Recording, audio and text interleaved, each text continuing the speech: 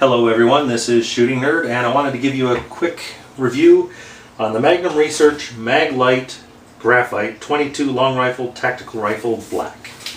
It's a 17-inch 22 caliber rifle, and you might ask yourself, why on earth do I have my end-frame Smith & Wesson out here? Well, I wanted you to pay attention. That's 40 and a half ounces for a 6-shooter. Now, these things aren't known for exactly being lightweight, but just wanted to have it out there for comparison. Because here is the aforementioned rifle. 56.4, almost about a pound more, 16 ounces more than that, than my 45 ACP rifle or handgun. That's downright light. That's 3.5 pounds. Now, granted, that's without any optics and with an empty magazine. And no ammunition in here. So it's an extraordinarily light rifle. How do they do that? Well, obviously they have a fairly light, easy, or well ventilated stock, and it's got the standard Tapco style adjustable stock. And here's the party piece on this whole thing. It's a carbon fiber barrel that's lined with steel. Like I said, the thing's 3.5 pounds. I mean, it's just an absolute featherweight. And with a 22 caliber, 22 long rifle, it doesn't buck much, so you don't need much weight. It's not cheap. I will say that. I can't remember what it's about, $400 or $500 for it. I don't recall, but anyway, it's not a cheap gun. Why did we do this for our first 22 long rifle? Well, Catastrophe, that's my wife. She's fairly short. She's about a little over 5 foot and has fairly short arms and a fairly small grip. When we were looking for a 22 rifle for her to shoot, we wanted something that was easy for her to get her arm, get her arm around and up to her shoulder without having to sit there and do some weird, gymnastics to do it. And also didn't want to end up with some plastic kids-looking stock either. It just seemed like either you got something that looked like a toy, or you got something that we were going to have to spend some money and have a custom stock made.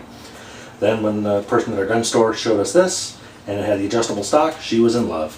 Whether or not it was a little bit too, more money than we had really intended on paying, which it was, but it was just that much of a nice fit and finish for what we wanted. So, on to some more information about the gun itself. Yeah, it's expensive, and yeah, it's a 22 long rifle, semi-automatic, so it can be a little finicky. Oh, by the way, it uses the standard Ruger, I guess it's the 1022 magazine. That's good and bad. Like I was mentioning, with any 22 automatic semi-auto, this gun is really sensitive on what you feed it. The factory will tell you, do not feed it high velocity ammunition.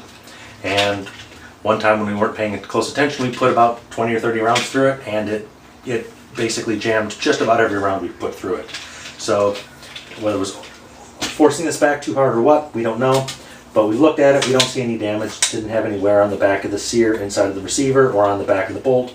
So I don't think we did any damage to anything, but it definitely doesn't help you with any of your the cycling of the gun or the ammunition through it.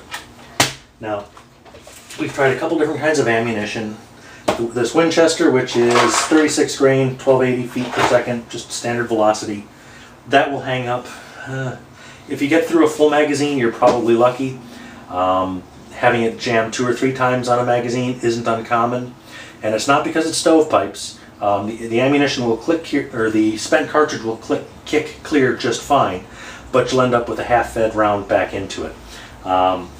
When we've used this Remington and the CCI, together we've got probably 250 rounds through that, and I think we had 1 jam. We're not totally sure that it's just the ammunition, because the first time we went out shooting this, we took it out to the desert, and it was probably about 100 degrees out, and we cycled it pretty quickly.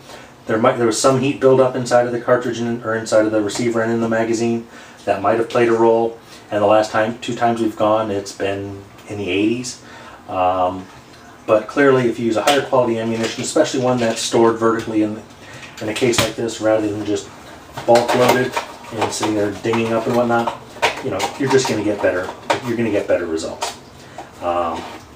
As far as how well the gun shoots, well, we went out plinking in the desert up at one of our local shooting ranges, and this was shot at 50 yards. These are the 2 most recent ones. These are 4-inch bullseyes. We got 1 3/4 inch on that one, and a little bit higher than that, about 2 inch on that one. These were shot with the Remington. We had been shooting, and we had dialed in for the CCI. That's why they're both shooting a little bit higher for whatever reason. I think, let's see, this is a 40 grain cartridge, and this is a 36 grain, which kind of strange to me that it'll actually have higher, be a little bit higher up. They're both at right around 1260 feet per second. Maybe just the heavier cartridge probably keeps its velocity a little bit better, doesn't get kicked around a bit. But now, I can't really say whether this is my shooting that's the limit, or it's the cartridge, or there was a little bit windy out there. But at any rate, give you kind of an idea. Oh, brings up one other thing. In case you hadn't noticed, this has a Weaver type rail on it, or Picatinny, or whatever you want to. It's not an official Picatinny, but it's a Weaver type rail. It doesn't have any sights on it from when you buy it. You have to put some kind of optics. What we've been using recently is a 4x32 P4 sniper made by NC Star. Catastrophe, my wife would actually prefer to have something with a little bit more magnification than that, but so far this has worked out well. We like it because it's got a quick release and makes it easier to fit into the gun case. It does come with its own little dust cover on it. It's backlit red and green. The one thing I can say I don't really care about is it's got the reticle on it's a little bit thick. I'd say it's probably a quarter MOA on it. I mean, and for when you're only shooting at 50 yards, that tends to take up a good bit. But overall, it's not bad. But at any rate, wanted to give you some heads up on this. For smaller frame people, it's fantastic. For me, I'm 5'10", decent sized hands. I mean, put in perspective, here's how my 44 or my 45 fits me. Nice, easy grip here. This tends to be a little bit too small, and I can get my finger all the way into just about to the second knuckle on it. So I end up having to pull the trigger from here, and again, it's empty. Magazines. It does have a little bit of a harsh trigger to it. I'm not a real fan of it, but like I said, I tend to just use the fingertip to pull the trigger, and it breaks reasonably well. It just takes a bit more force than I think it should for a little 22. I really enjoy shooting it. It's easy to shoot, even with especially if you have standard velocity ammunition, and even though it's a really light firearm, it's a 22, so it doesn't really matter. We've used a red dot on it, which is okay, but I think this thing might be accurate out to about 100 yards, like most 22s. I think 200 yards might be pushing it a little bit, but it's a lot of fun. And if you have any questions, leave them in the comments section. Be more than happy to answer them, and happy shooting. Bye.